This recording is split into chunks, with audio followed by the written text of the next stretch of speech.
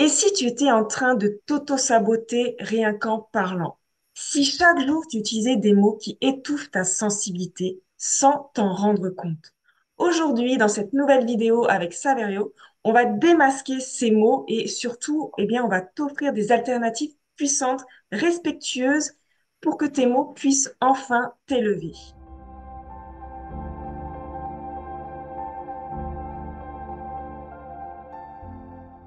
Alors, je suis ravie, Savé, de te retrouver pour cette nouvelle vidéo aujourd'hui.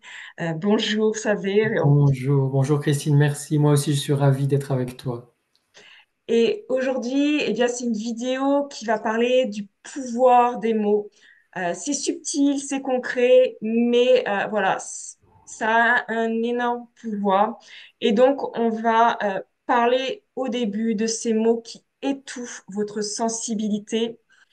Et avec ces mots qui étouffent cette sensibilité, on va vous offrir cette, comme je vous ai dit au début, cette alternative pour utiliser le juste mot pour vous. Les mots qu'on utilise ont vraiment leur importance et souvent, bah, on les oublie. Ces mots sont devenus courants, ils sont acceptés, ils sont même des fois valorisés, alors que, eh bien, ils vont pas nous valoriser, nous, au final, réellement. Je sais que toi aussi, ça te tient à cœur ce sujet des mots, d'utiliser les bons mots et surtout qu'ils soient justes pour nous. On va parler de quelques mots, on va pas faire tous les mots qu'on pourrait mieux utiliser. On en a choisi sept qui, je pense, sont vraiment importants parce que ça va jouer sur l'estime de soi, sur la confiance en soi et surtout sur la perception, en fait, que les autres peuvent avoir quand on utilise ces mots parce qu'un mot peut nous définir. Alors, le premier mot que j'aimerais qu'on parle, c'est de l'hypersensibilité, de ce mot hypersensible aussi. Est-ce que tu pourrais nous en dire un petit peu plus, Saver, de toi en premier? Oui, c'est très important comme tu dis, d'employer les bons mots. Et là, c'est un mauvais mot.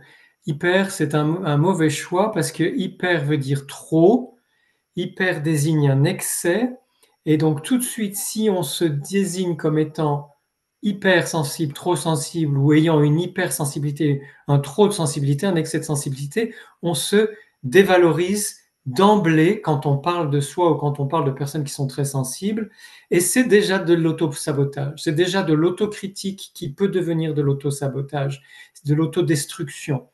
En fait, c'est beaucoup mieux de parler de grande sensibilité, de forte sensibilité, de haute sensibilité comme le font tous les anglo-saxons, ou en francophonie, on a ce merveilleux mot ultra-sensibilité ou ultra-sensible, ces deux mots qui désignent une sensibilité supérieure à la moyenne, une sensibilité élevée.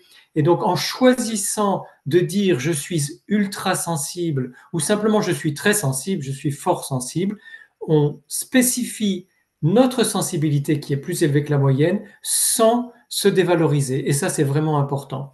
Par ailleurs, on sait maintenant que les mots hypersensibilité et hypersensible sont des mots du domaine médical, comme hypertension, hyperphagie, hyperthyroïdie, etc., etc. Il y a énormément de pathologies du domaine médical qui commencent par hyper, et même hypersensibilité, ça veut dire une intolérance ou une allergie.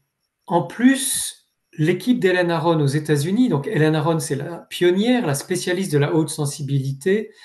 Euh, En ce moment, ils font des recherches pour bien spécifier les différences entre la haute sensibilité ou l'ultrasensibilité et l'hypersensibilité qui existe aussi dans les troubles et les pathologies psychiques, les troubles et les pathologies mentales. Par exemple, on va trouver de l'hypersensibilité, de l'hyperesthésie chez les personnes qui ont des troubles de l'attention, de l'hyperactivité, de la dépression, de la schizophrénie, des troubles du spectre autistique.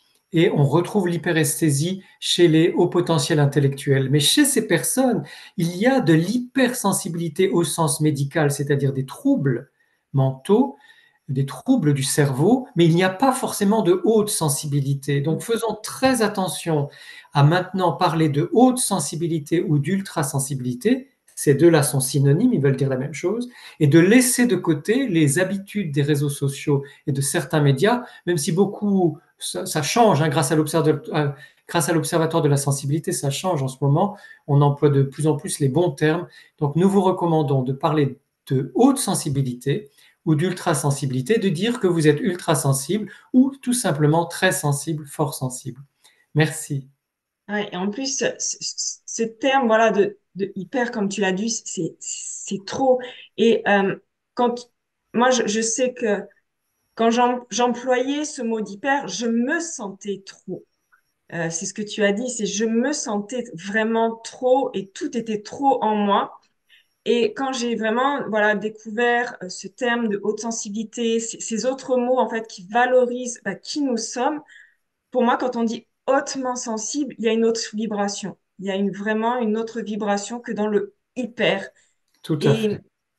on- quand on dit à une personne, moi, voilà, pareil, je prends toujours mon expérience quand je disais à une personne, à un ami, à des gens voilà, que je côtoie, je suis hypersensible, je renvoyais de suite cette notion de trop.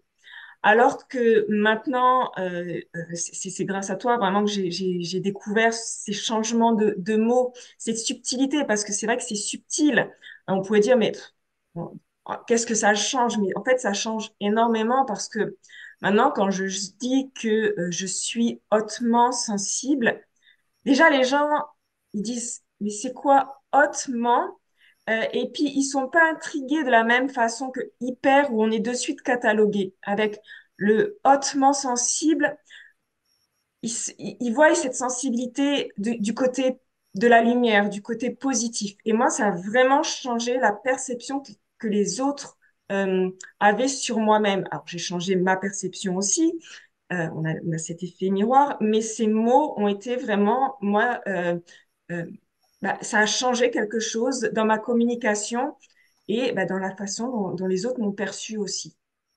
Oui, et c'est très important parce qu'effectivement, la façon dont on se présente, c'est aussi la façon dont on va être accepté ou pas. Donc, en se disant ultra sensible ou hautement sensible, on attire l'attention puisqu'on n'est pas dans ce mot ultra répété, hyper répété. Là, on peut dire hyper parce que c'est trop. Dans ce mot qui est extrêmement répété et qui finit par saouler une partie de la population. Il y a des gens qui sont agacés par la surutilisation de hypersensible. Quand on dit je suis ultra sensible et qu'on parle d'ultra sensibilité, je suis hautement sensible et qu'on parle de haute sensibilité, on intéresse tout d'un coup de nouveau les personnes à qui on parle parce qu'elles se disent ah tiens, de quoi elle me parle, de quoi s'agit-il? Et on relance la curiosité, on relance l'intérêt.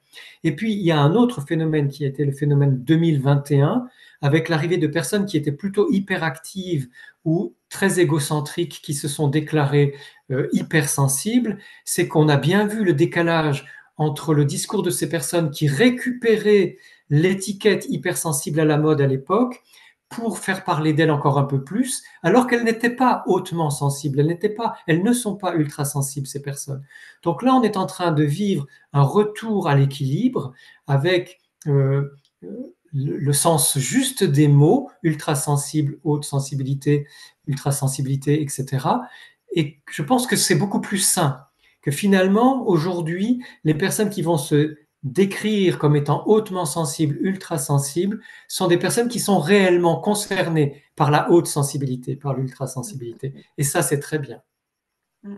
Et comme tu dis, en fait, c'est important, cette vidéo, elle est là aussi pour les personnes hautement sensibles et aussi pour les professionnels qui, comme tu as dit, des fois utilisent ce terme d'hypersensibilité, pardon, pour attirer.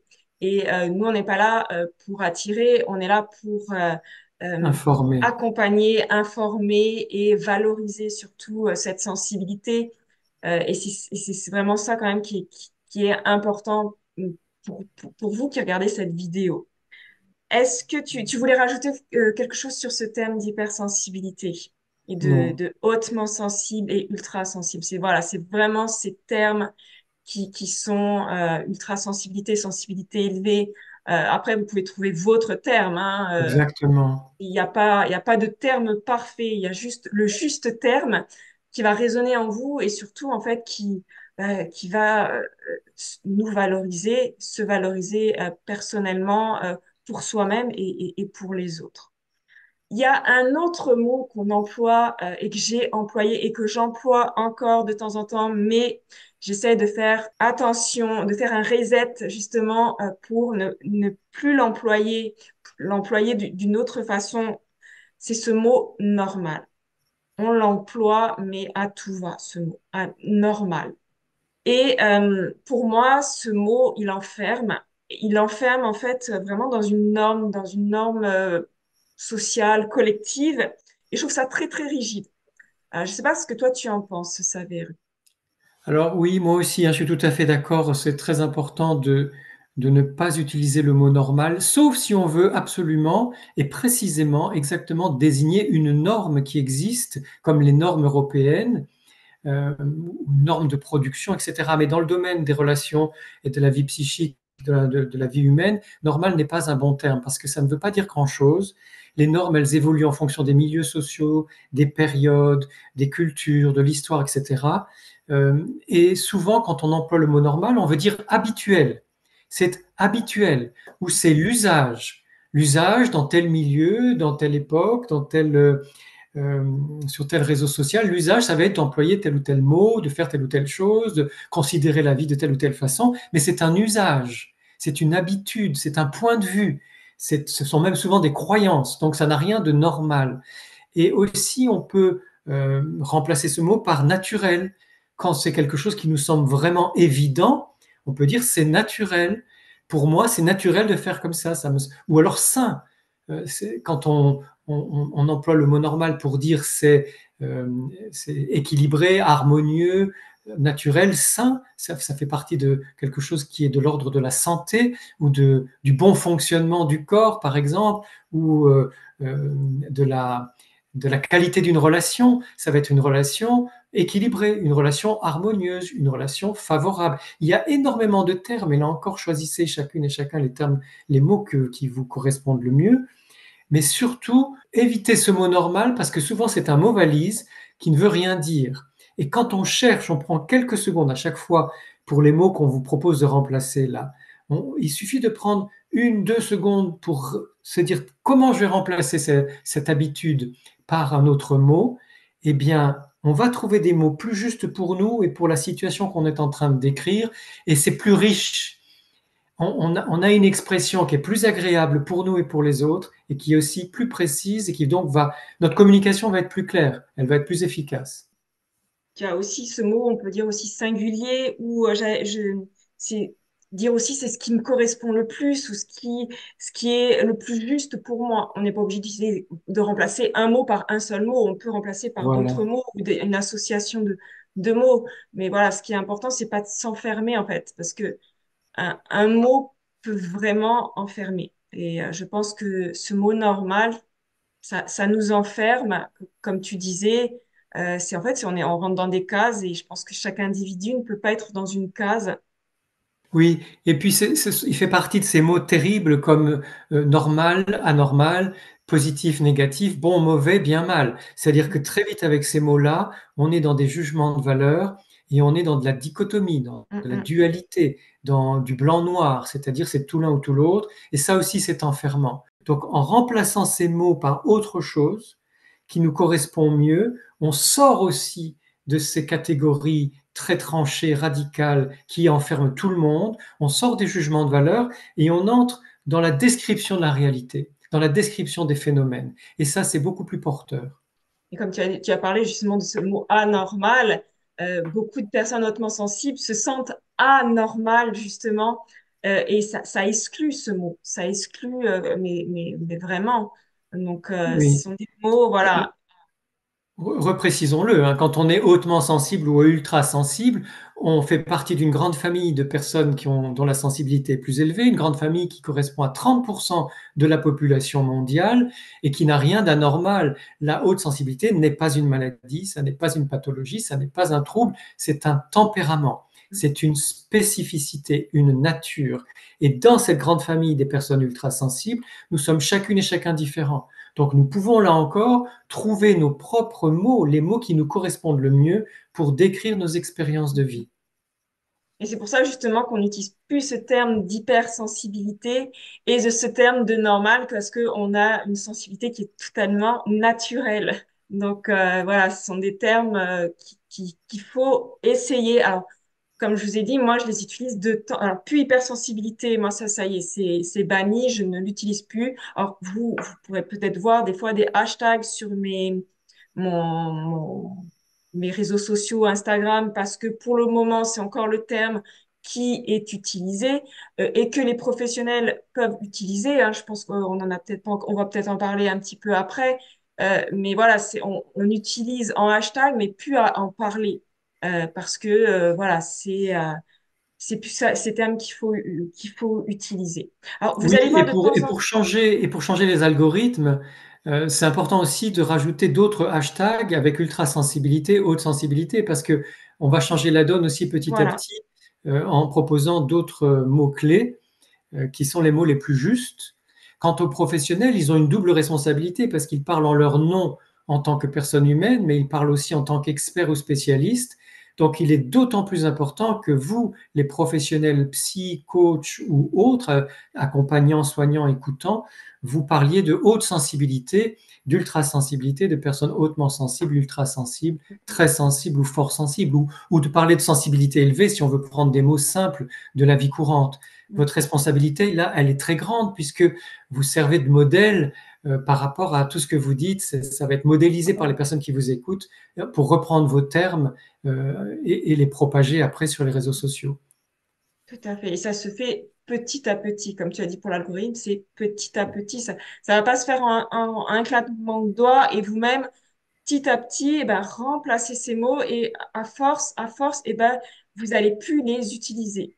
Alors, vous allez voir de temps en temps mon chien, c'est pour ça que des fois je bouge un petit peu. Voilà, j'ai un petit chiot de 4 mois qui est un petit peu active et qui a fait des bêtises, donc j'ai dû la prendre sur les genoux. Alors, un autre terme qu'il serait bon de ne plus utiliser, et je sais que ça, ce mot aussi te tient à cœur, Savé, c'est gérer les émotions. La gestion émotionnelle ou peut-être même se contrôler émotionnellement.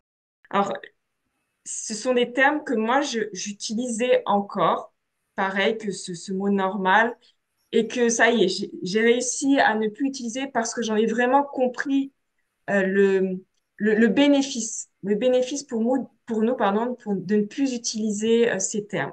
Donc, je vais te laisser l'expliquer. Oui, alors pour moi, ça fait ce combat sur les termes, il est lié au combat pour la valorisation de la sensibilité et de l'humain. Hein. Depuis 30 ans, je parle dans ce sens, j'écris dans ce sens, j'essaie de soutenir cet axe de l'humanisme finalement.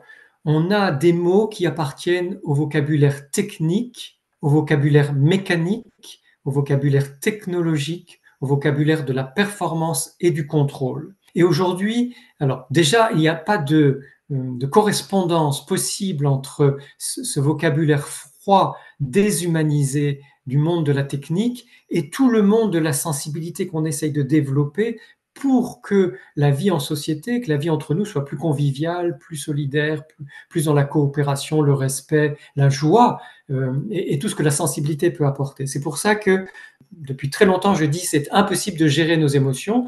Nos émotions, ce sont des expressions de notre humanité, de notre sensibilité. On peut les accueillir, on peut les écouter, on peut chercher à les repérer, à les comprendre, à les exprimer. Pourquoi pas les réguler quand elles nous dépassent et qu'elles nous envahissent, mais certainement pas les gérer. Laissons la gestion à la finance, au commerce, à tout ce qui est de l'ordre de l'entreprise ou de la technique, hein, du monde des ingénieurs. Et c'est très bien que la gestion existe dans ces domaines-là, mais pas dans le domaine de la vie humaine, des relations humaines, de la sensibilité humaine. Ça, c'est très important. Et aujourd'hui, on a toutes sortes de chercheurs, de scientifiques, biologistes, anthropologues, sociologues et autres qui disent la même chose, c'est-à-dire ce monde du contrôle, ce monde de la performance, c'est un monde qui a été efficace pendant un certain temps dans le domaine technique, mais ce n'est pas un monde que l'on peut déployer dans la société sur le plan humain. Et en plus, on se rend compte que ce monde-là nous mène à la catastrophe, aux guerres, à l'épuisement des ressources de la planète, etc.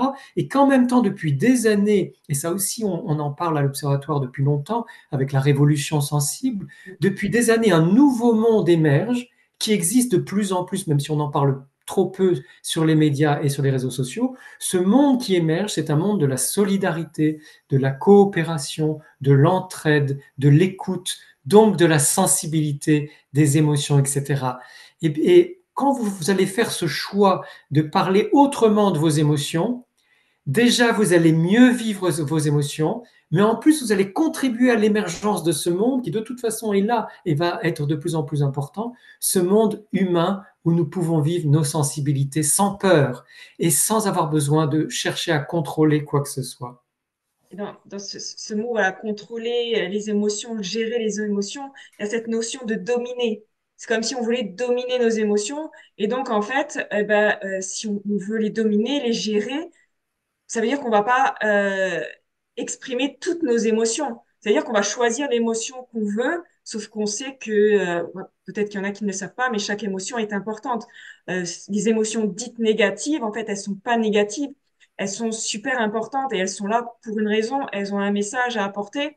Et si on commence à gérer, à choisir l'émotion qu'on veut exprimer ou qu'on veut pas exprimer, ben, ça veut dire qu'en fait, on va enlever des émotions, mais elles vont se mettre à l'intérieur. Donc, au final, on gère rien du tout, puisque on étouffe. Donc, au final, on va juste essayer de dominer ce qu'on est à l'intérieur et c'est pas le but de, soi-disant, la gestion des émotions.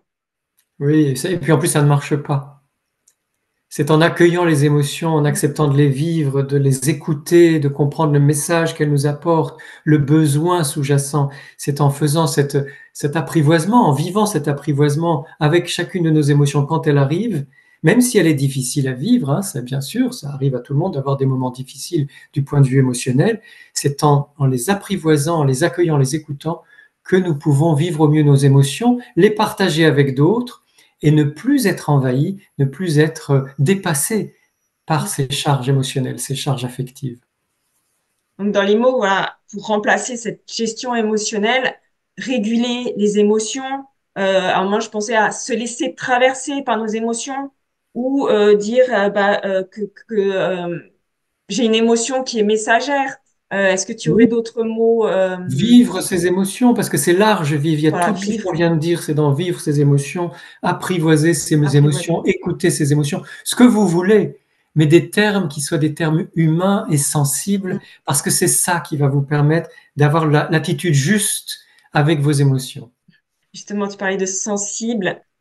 Les hautement sensibles se disent souvent trop sensibles. Je suis trop sensible. Alors ça va avec ce terme de hypersensibilité au final, qui a engendré ce trop, cette notion de trop et que les gens ont mis à l'intérieur d'eux, qui sont trop, ils ressentent trop l'environnement, trop trop les émotions des autres, trop empathiques.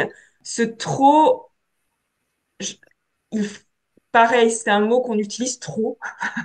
Oui. Donc, c'est un Et mot. là, c'est important de comprendre que ce trop, on peut l'enlever pour parler de saturation. Quand on a ce sentiment de débordement, ce n'est pas que notre sensibilité est trop, entre guillemets, quelque chose, c'est que nous vivons quelque chose de caractéristique et de fondamental chez les personnes ultrasensibles, qui est la saturation. Il y a un trop-plein, il y a un débordement qui va nous demander de faire une pause pour pouvoir retrouver l'équilibre, nous reposer, nous ressourcer et repartir sans cette saturation. Donc il vaut mieux, plutôt que dénigrer notre sensibilité en disant que c'est trop, se dire, ah tiens, je suis en train de saturer, qu'est-ce que je peux faire pour sortir de cette saturation et retrouver un bon niveau d'attention et d'accueil de ce que je suis en train de vivre. Et sachez que plus on est hautement sensible, ultra sensible, plus on a besoin de faire des pauses régulièrement dans la journée. Ça fait partie de nos besoins, de nécessités pour bien vivre cette haute sensibilité. Et la notion aussi de trop, elle se met par rapport aux autres. Et au final, on ressent profondément, on ressent intensément parce qu'on a un seuil qui est différent des autres. C'est pas qu'on est trop, sinon on peut. Alors je crois que c'est Christophe André qui avait dit ça, de hyposensible. Donc on pourrait, au lieu de nous dire que on est trop, c'est que les gens sont peut-être pas assez. Donc on va C'est pas sûr, utiliser ni l'un ni c'est l'autre sûr. d'ailleurs. C'est sûr, il a raison. Christophe André disait, c'est la société qui est hyposensible. Donc nous sommes des sensibles, hein, nous sommes des grands sensibles, des sensibles, et le reste de la population est hyposensible parce que les gens se blindent, justement à force de vouloir gérer leurs émotions, ils entrent dans une déshumanisation, une désensibilisation et appauvrissent leurs relations avec eux-mêmes et avec les autres. Donc surtout, restez sensibles. Votre sensibilité est bonne, elle est belle. Apprenez simplement à écouter les signaux de saturation pour faire les pauses qui sont les plus ajustées au moment. Et on ne fait pas les pauses de la même façon au travail, dans les transports ou chez soi. Chez soi, on a plus de temps. Et dans les transports et au travail, on va faire des mini-pauses dans nos vidéos. Vous pouvez écouter nos vidéos et vous verrez, vous entendrez comment faire pour ces pauses. Mais il est tout à fait possible de réguler la saturation de notre sensibilité au fur et à mesure de la journée. Et on n'est jamais trop. On n'est jamais trop. Un autre mot qui était important aussi à voir, c'est le mot narcissique, le narcissisme. C'est un terme qu'on emploie aussi un petit peu à tout va, sans trop vraiment savoir qu'est-ce que c'est. On va dire qu'une personne est narcissique, mais bon, déjà, on ne connaît pas forcément toute son histoire pour oser poser un mot comme ça, parce que ce sont des mots qui sont très, très forts. Qu'est-ce que tu en penses, toi, Xavier? Alors, celui-là, c'est vraiment un mot qu'on peut bannir et ne plus jamais utiliser parce qu'il n'a aucun intérêt.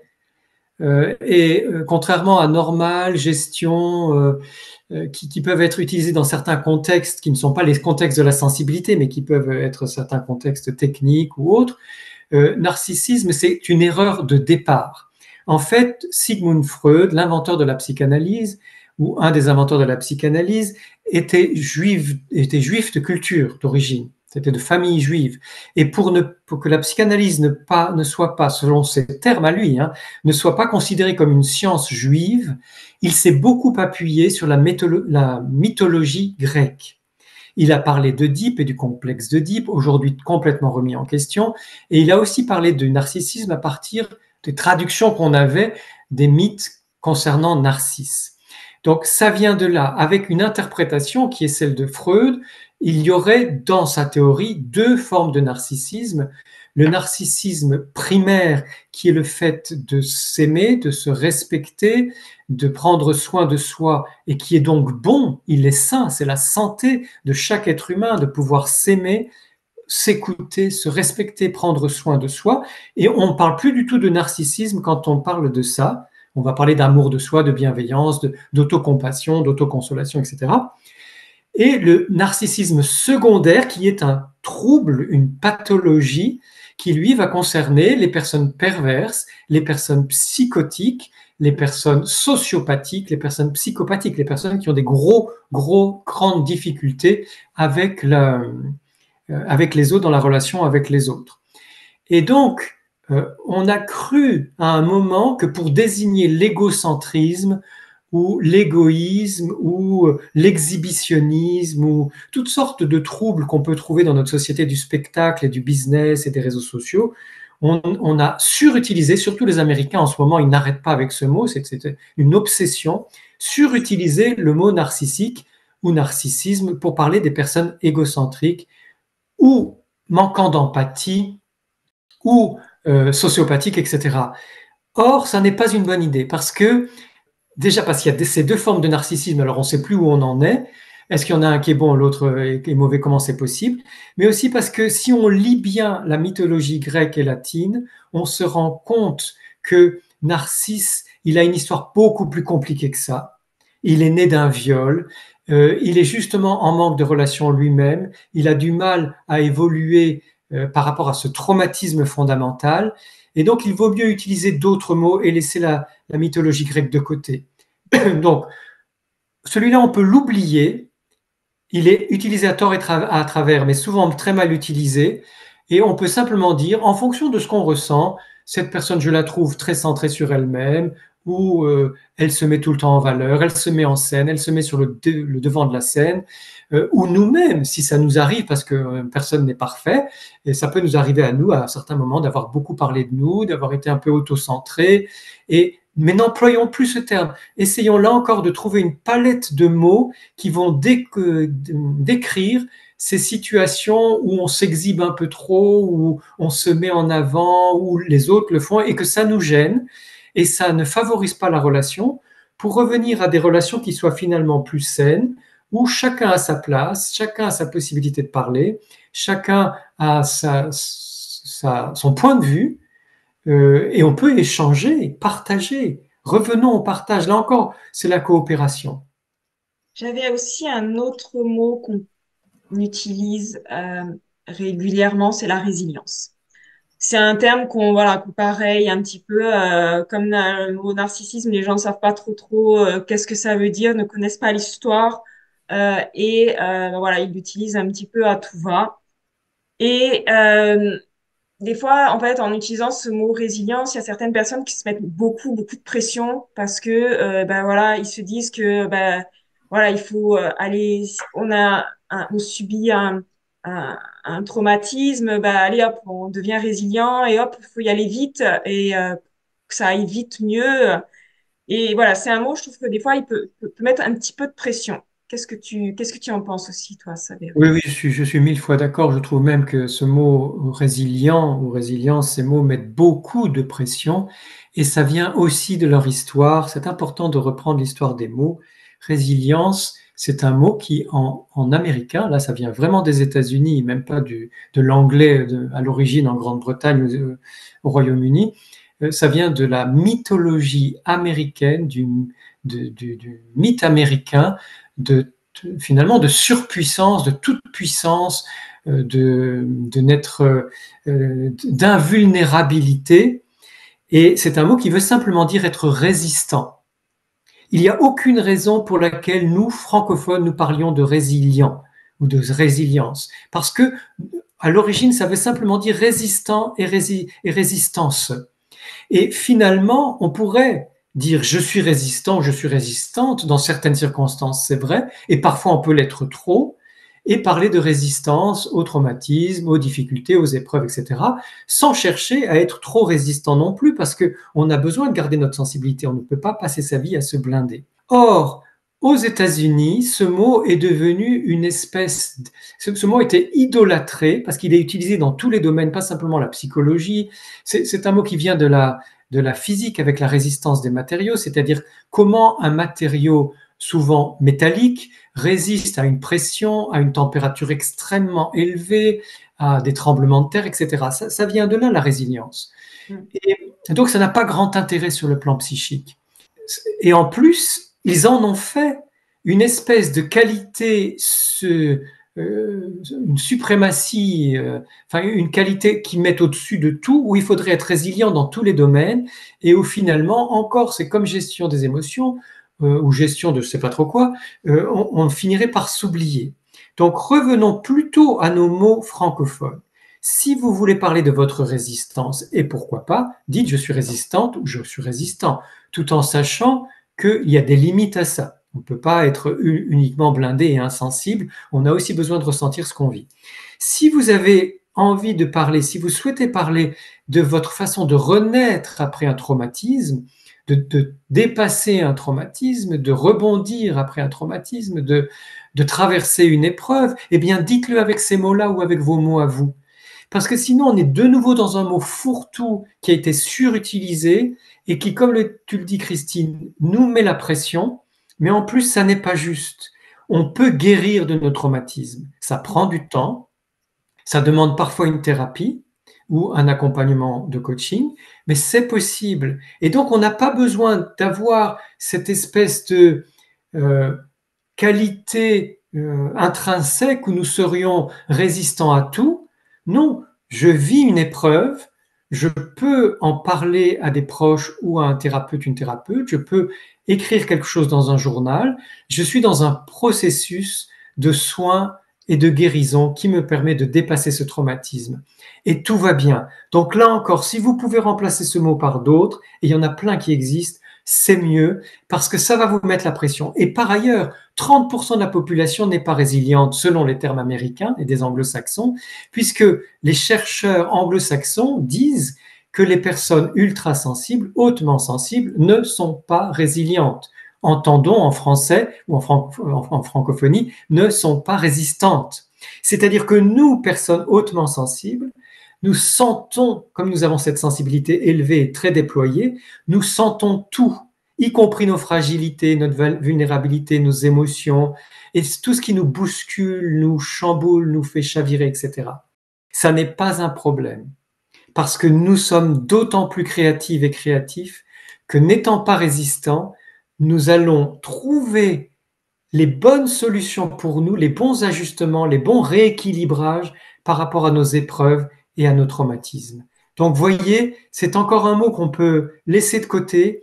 Et comme nous sommes, nous les ultrasensibles, des femmes et des hommes de la nuance et des subtilités, trouvons aussi dans notre façon de nous exprimer des nuances et des subtilités. Comme tu as dit, tu as parlé de processus de guérison. C'est un terme qu'on peut changer, transformation intérieure ou chemin de guérison. Voilà, ça peut être des termes Tout à voilà, fait. qu'on peut utiliser, ce qui donne aussi une sorte de droit à son propre rythme au temps. Et pour le dernier mot, c'était beaucoup de gens disent des fois, ah, j'ai des ressentis qui sont bizarres, j'ai drôle de ressentis. Et ça met en négatif en fait ce qu'on a à l'intérieur, ce qu'on ressent. Je pense que c'est des mots qui dévalorisent en fait notre intuition, qui dévalorisent ce qu'on ressent. Qu'est-ce que tu en penses, toi?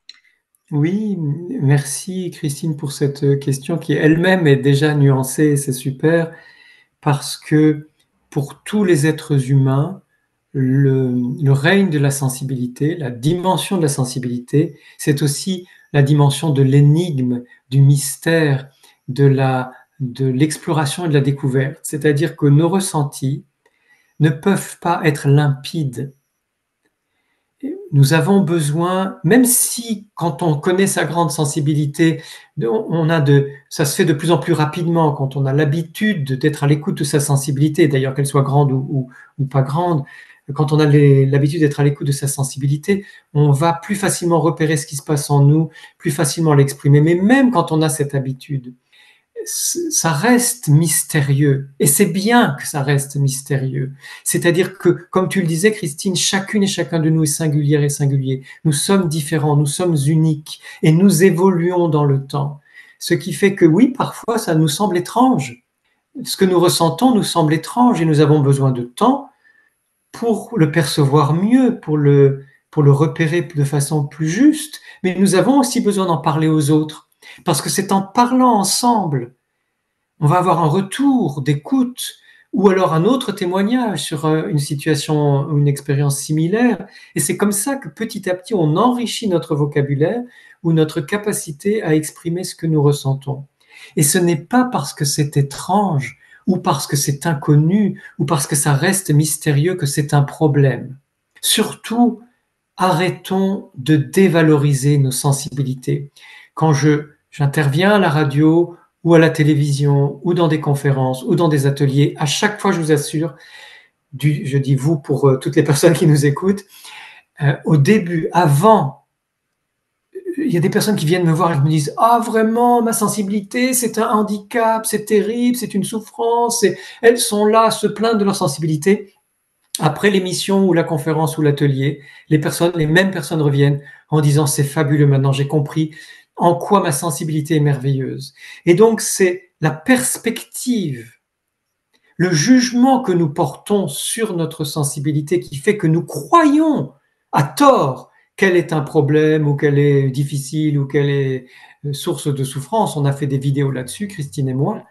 Alors que quand on comprend sa sensibilité et qu'on accepte ce mystère, cette part de mystère, cette part d'énigme, cette part d'un appel à découvrir qui je suis à travers ma sensibilité ou quelles sont mes relations à travers ma sensibilité, on va se rendre compte que notre sensibilité est merveilleuse, qu'elle est un trésor, qu'elle est une mine d'or, qu'elle est un ensemble de ressources fabuleuses, même si parfois je suis désarçonné, même si parfois je suis décontenancé parce que je ressens, ce n'est qu'une partie du processus dont on parlait tout à l'heure pour la guérison des traumatismes ou pour la traversée des épreuves. Pour ma sensibilité dans des situations plus simples et plus légères, ou parfois impliquantes, mais peu importe le type de situation, on va trouver à se frayer soi-même, à y mettre notre lumière, à comprendre petit à petit ce qui se passe pour nous dans notre sensibilité, avec notre sensibilité, et cela nous rend de plus en plus intelligentes et intelligents. C'est ça la véritable intelligence, l'intelligence sensible. Et comme tu as dit, l'intelligence sensible, puis qu'on n'est pas obligé de tout comprendre aussi. On n'est pas obligé de devoir tout comprendre ce qu'on ressent. Parce que, bah, oui, on ressent quelque chose, c'est que c'est là. Le corps, c'est subtil, comme tu as dit. On n'est pas obligé de tout comprendre. En fait, on est, en fait, dans une époque où, maintenant, on doit vraiment tout comprendre. On analyse tout. Et, ben, nous, en hautement sensible, on n'a pas besoin de tout analyser parce qu'on doit être guidé, par notre intuition. Et l'intuition, c'est une petite voix qui est là et qui va nous guider à droite, à gauche. Mais des fois, on ne sait pas pourquoi on va à droite, mais c'est parce que notre intuition nous l'a dit. Et si on commence à mettre du mental dedans, c'est plus l'intuition qui parle, après c'est la raison. Et au final, souvent, ben, on se trompe parce que on n'a pas écouté l'intuition, on a écouté la raison et après on cafouille un petit peu partout. Oui, tu as tout à fait raison. Merci de le souligner.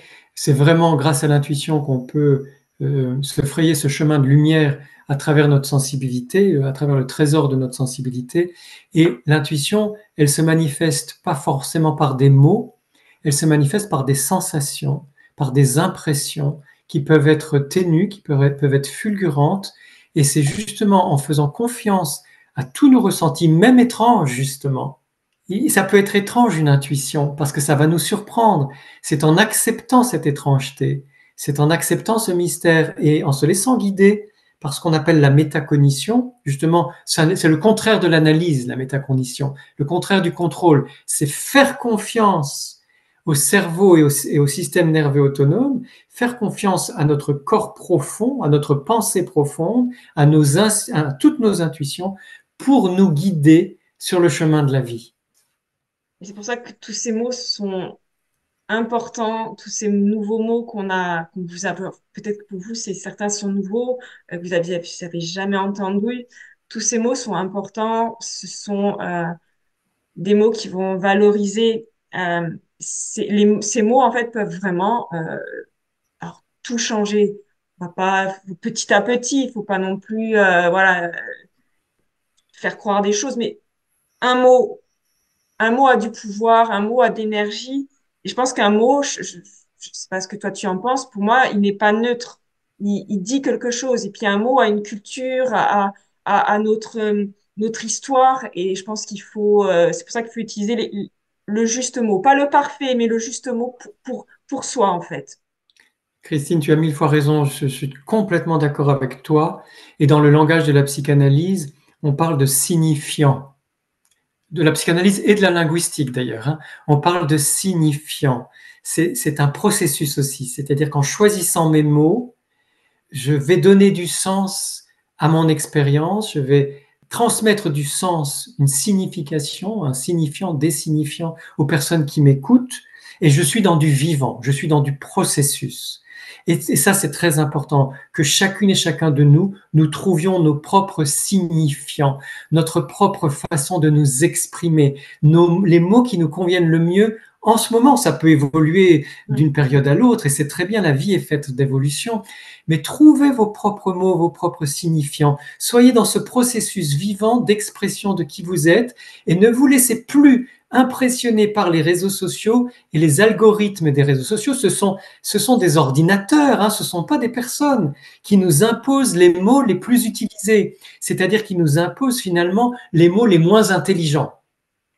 les mots les plus standards, les plus basiques, les plus schématiques. Sortons, osons émerger, nous, personnes ultra sensibles, hautement sensibles, osons émerger de ce, voilà, de cette base un peu schématique, rudimentaire, pour fleurir, nous épanouir, exprimer grâce à notre sensibilité les choses que nous vivons avec nos propres mots, des mots riches, des mots nuancés, des mots qui sont porteurs de, oui, du vivant, comme tu disais, hein, de notre énergie de vie. Et d'ailleurs, en commentaire, avec tous les mots qu'on vous a mis, et ben, quels sont les mots les nouveaux mots qui vous parlent? Vous pouvez les mettre en commentaire, comme ça, on verra un petit peu qu'est-ce qui vous correspond le mieux, qu'est-ce qui est le plus juste pour vous, qu'est-ce qui résonne vraiment le plus pour vous. Oui, Alors, vraiment, mettez vos mots à vous en commentaire et j'en profite, Christine, pour faire un petit appel à l'aide. Nous avons besoin, nous, les personnes hautement sensibles, ultra sensibles, qui parlent avec leurs propres mots, leur originalité, leur singularité, nous avons besoin de votre soutien, justement pour que ces lieux des réseaux sociaux sur lesquels il y a beaucoup d'échanges puissent aussi être porteurs de nos voix, de notre façon d'envisager la vie, les relations, le monde, la sensibilité, l'avenir de l'humain. Et plus vous mettez de commentaires au-dessous de nos vidéos, plus vous cliquez sur j'aime, plus vous partagez nos vidéos, plus vous nous aidez. Vous voyez bien que Christine et moi, nous n'avons pas une démarche commerciale. Nous ne faisons pas ça pour la publicité, la notoriété, gagner plus d'argent, etc. Je signale que nous consacrons plus de 60% de notre temps 7 jours sur 7 de façon bénévole. Nous faisons un énorme travail d'information. Nous passons énormément de temps gracieusement, gratuitement pour vous donner ces informations et nous avons besoin en retour de votre soutien. Et sur YouTube, ça fonctionne comme ça, par des commentaires, des j'aime et des partages de vidéos. Donc un immense merci pour votre tout aide. à fait, tout à fait. Donc, mettez un petit pouce en dessous de cette vidéo et partagez et abonnez-vous à nos deux comptes. Ça aidera pour notre travail, pour la diffusion bah, de cette magnifique sensibilité. Avant de finir cette vidéo, euh, peut-être certains se disent, ah ouais, mais bon, comment je vais faire pour changer ma façon de parler, de changer, de ce nouveau langage, parce que voilà, il y a 7 mots, il y a tout plein d'autres qu'il faudrait utiliser. Alors voilà, comment pouvoir intégrer ces mots et ben, pour moi, je dirais toujours, c'est du pas à pas. C'est du pas à pas. On se met pas la pression. C'est pas grave si un jour vous employez gestion des émotions. Voilà, c'est pas grave. Mais là, faut dire, ah, je l'ai employé. La prochaine fois, je le fais pas. Et petit à petit, je pense que ça vient si on insiste et si on voit en fait l'utilité de ça. Oui, et puis le cerveau a besoin d'habitude, tout simplement. Donc c'est vrai qu'au début, ça demande un petit effort pour remplacer les mots qu'on a mis en évidence par d'autres qui sont plus justes et plus humains. Donc effectivement, de temps en temps, on oublie et de temps en temps, on va un tout petit peu hésiter au moment où on change les mots et on les remplace par nos propres mots. D'ailleurs, quand on hésite dans une conférence ou dans une vidéo ou dans une conversation, ça attire l'attention des autres. Donc, ça a un bon côté. Et puis, petit à petit, vous allez vous rendre compte que votre cerveau s'habitue aux nouveaux mots, aux nouvelles façons de parler, et y compris à cette nouvelle attitude de chercher les bons mots en fonction de vos expériences. Et ça va devenir de plus en plus facile et même, ça va devenir joyeux, ça va devenir jubilatoire, ça va devenir vraiment agréable. Et au final, enfin, comme on disait, la justesse du mot pour soi, ben, on n'a qu'à se poser cette simple question de se dire, est-ce que ce mot, il m'élève ou est-ce que ce mot, ben, me renferme? Et je pense qu'on est capable, chacun est capable de se dire, oui, ce mot-là, il me met plus vers la lumière, ce mot-là, il me met plus dans l'ombre. Donc, je pense que se poser ces simples questions, ça peut déjà aider pour la justesse du mot que vous allez employer. Et ah oui, je me disais aussi, j'avais noté ça aussi, c'est de s'entourer en fait aussi de mots positifs. Ça veut dire d'écouter, voilà, des vidéos comme ça, de lire des livres qui ont des mots, eh bien, qui sont valorisants et pas se tourner, voilà, vers l'inverse, en fait. Je sais pas si tu aurais d'autres astuces, toi, à s'avérer. Oh non, je crois que là, on a donné déjà beaucoup de clés. Et si chacune et chacun de vous fait ça, je vous assure que nous mettons déjà en place la révolution sensible. En fait, vous voyez comme c'est simple. Il s'agit plus de vouloir changer le monde avec des grandes idéologies politiques. Il s'agit simplement que pour nous-mêmes, pour nos proches, dans nos relations, déjà, nous employons les mots les plus justes pour nous, pour désigner nos expériences humaines et pour respecter nos sensibilités respectives. Déjà, cette forme de solidarité-là, d'entraide, elle crée de fait un monde nouveau, beaucoup plus humain et beaucoup plus agréable à vivre. Alors faisons-le dès maintenant. Oui. Merci. Là, c'est une belle fin de vidéo. Les mots, ils ont du pouvoir et c'est votre pouvoir, c'est pour votre reconnaissance, c'est vraiment pour la reconnaissance de votre sensibilité, de votre humanité. Et voilà, je pense que c'est vraiment important. C'est vraiment important. Je te remercie, Savé, d'avoir Merci. participé à cette vidéo très importante, subtile. Les mots sont subtils, mais ils ont un grand pouvoir. Donc, merci beaucoup. Je vous Merci. dis à bientôt pour une prochaine vidéo, pour un prochain sujet. Ciao!